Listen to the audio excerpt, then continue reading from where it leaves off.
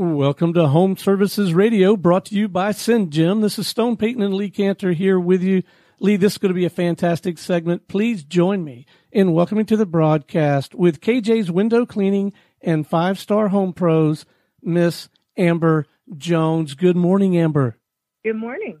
Hey, Amber, before we get too far into things, can you tell us a little bit about Kjs Window Cleaning? How you serving folks? Sure, yeah. We are a local family-owned window cleaning in the Dallas area, specifically Frisco, Texas. We do residential window cleaning, and sorry I wasn't ready for that, but we're here to serve our local clients. So now, tell us about the evolution of that business. How'd you get started in that?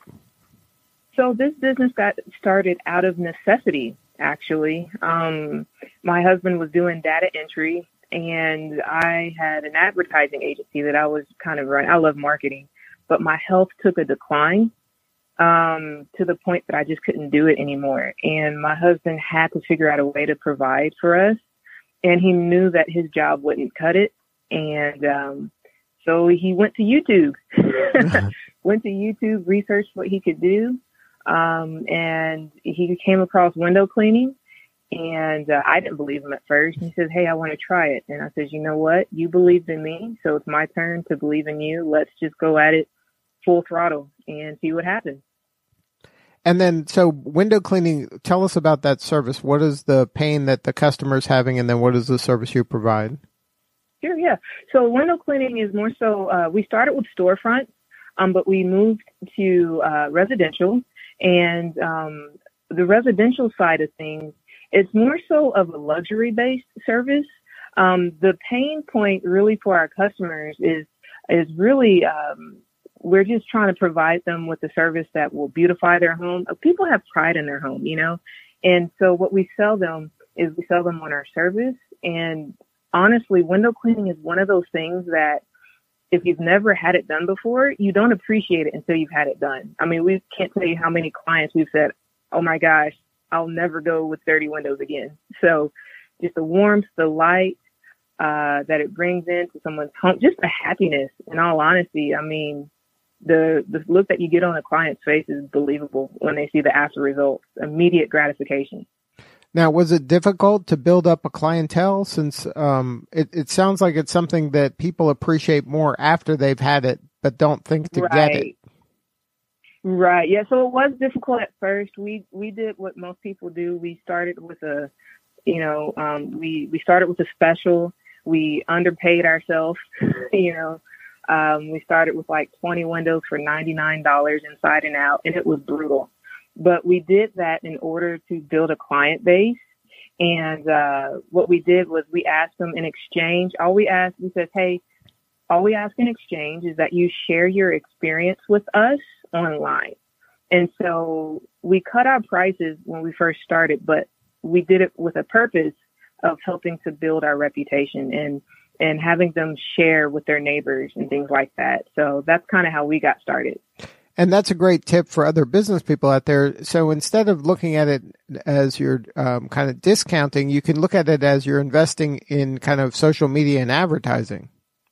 Right. And so the way we positioned it actually is we came up with our full price pricing, and then we knocked 50% off. So that way we let them know, hey, this is our normal price for it. But what we can do is we're running a special right now for 50% off. All we ask, and like I said, all we ask in return is that you share your experience online. It'll help us out greatly. And it works like a charm. And then what was the point where you were realizing, hey, this could work? This really, we have something here. When we were able to support our family, and then just, like I said, just going with it when in the neighborhood, it kind of took off really. When we noticed it was when we were able to start booking neighbors, like 2 houses on one street within the first day or a couple of days.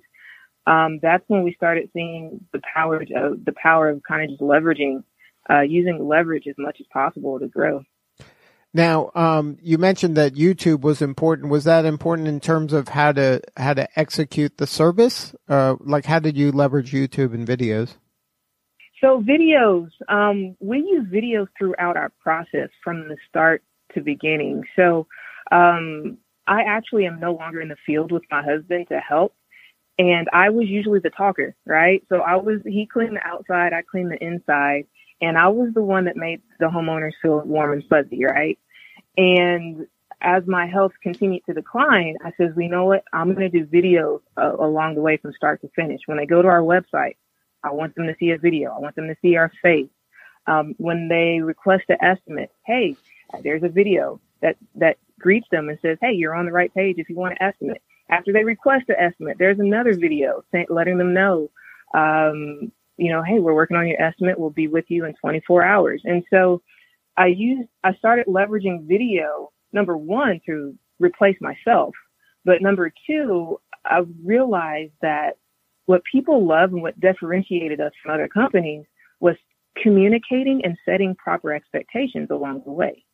And so I leveraged video to communicate what the homeowner could expect in the next step of our process. And then when you were doing that, I'm sure compared to other people that are not even in the window cleaning, but in just kind of that home services field, that level of care that you would do that probably stood out like crazy. You were probably creating kind of super fans, right? Yeah. Well, the coolest thing is, and this is what I wanted. Our goal was to let people know who's coming to their house, right? So the reason behind this was because we rent. And whenever something went wrong in our house, our landlord would send someone over and I wouldn't know who they would send over. I think it'd be someone from Craigslist or something like that. And I literally would have panic attacks. And I didn't want our customers to feel that way. I said, you know what? I want them to know who's coming to their house. I want them to know, what to expect. And the coolest thing is when you come to their house, you ring the doorbell and they say, hey, Amber, or hey, Kelvin. Right. They already know you, right? Because through the videos, really cool. They already kind of feel like they know you a little bit. Yeah, they're not super fancy videos. I do it all on my cell phone. It doesn't have to be perfect. You just talk. And I think they appreciate the authenticity of it. Now, how did you come up with this idea about creating the ultimate client experience? What was the thought process to care that much to create that kind of an experience for your customer? Right. So this is something that nowadays it seems like customer service is a dying thing. It's something that you're surprised if you get good customer service, and so. Just in realizing that there are tons of options that people can do when it comes to home services, window cleaning, anything like that. And so what we started doing is instead of selling window cleaning, we started selling the experience, making people feel warm and fuzzy about the whole experience. It's kind of like going to the Apple store or Buc-ee's. You go to these certain stores and they say, hey, welcome to Buc-ee's, right? And you're just like, oh my gosh, that's awesome, right? And it makes you want to come back for more. And that's really what we want to pass on to people that choose us. We appreciate them choosing us, and we know that they could pick anyone else. So we're going to try to go above and beyond and do things that you didn't even expect us to do to help you feel that warm and fuzzy and know that we have your best interest in mind. Now, how do you answer the question when people ask, well, why can't I just do this myself? You know what? I give them a blog article and say, you know what? Absolutely, you can. Here's how you can do it. Because a lot of people don't realize how physically labor intensive some of these services are. And a lot of times you'll win good points either way, right? So if they take what you learn, they take it, if they take your list, go to Home Depot, go wherever, go buy their supplies, they'll try to do it.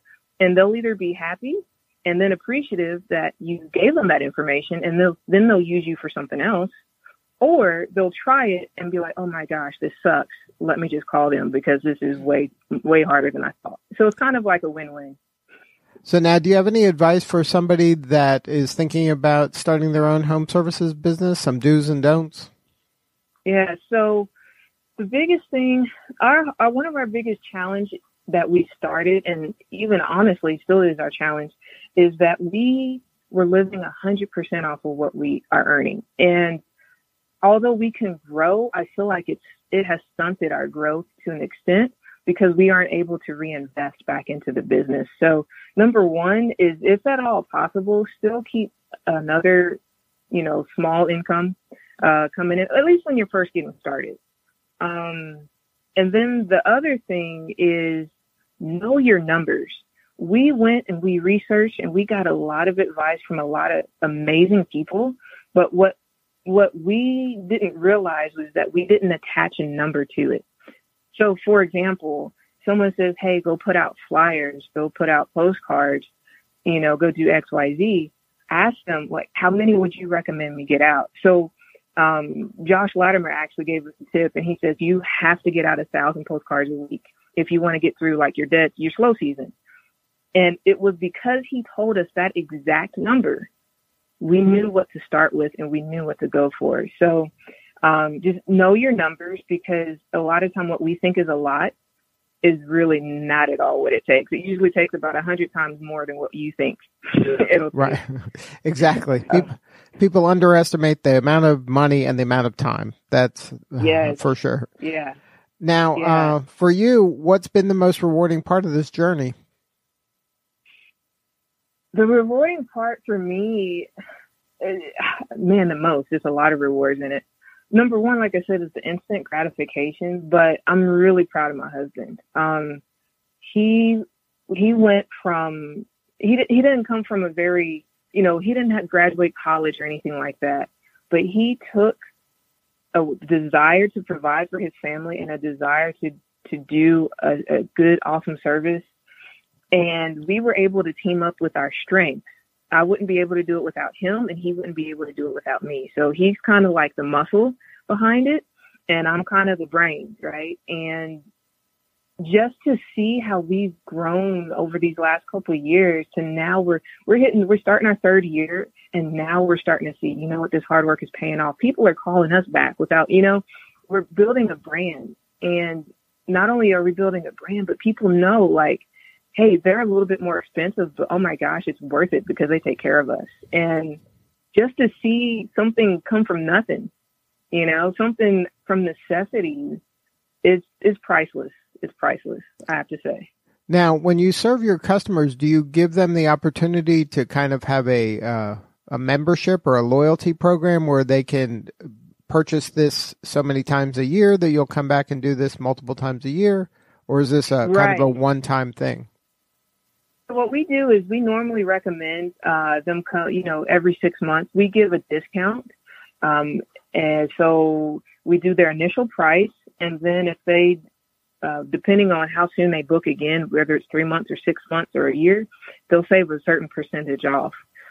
Maintenance plans is actually one of the things we want to boil down even harder this next year. So right now, our automated system sends out reminders. But our next step that I'm going to do is when our little welcome kit, we've got a little printout that we give our customers when we first get there. We're going to start pre-writing what the date for 6 months will be, right? Mm-hmm. So that way we can go ahead and get them on the calendar while we're actually there, ahead of time, and kind of, plant that seed. Now, are you going to expand to other services, or are you going to just stay in this one area of the house? So we do window cleaning. We currently do a great wintertime thing is like dryer vent cleaning, power washing.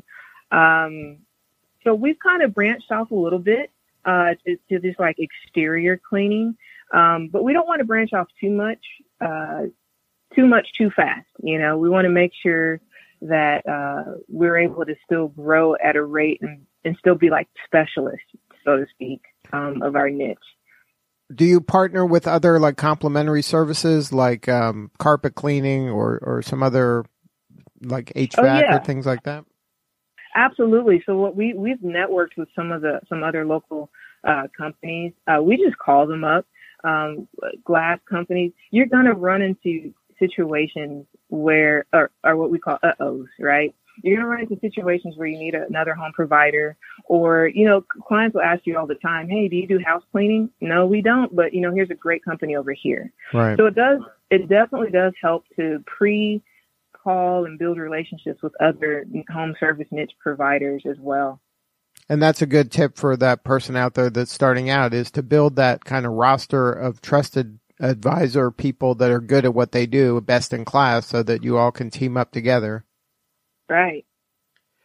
All right, Amber. Well, thank you so much for sharing your story. Well, before we wrap, there's one more thing I had a question about. I was looking at your site, and there's KJ's Window Cleaning, but there's also, 5-star Home Pros. Can you talk about that?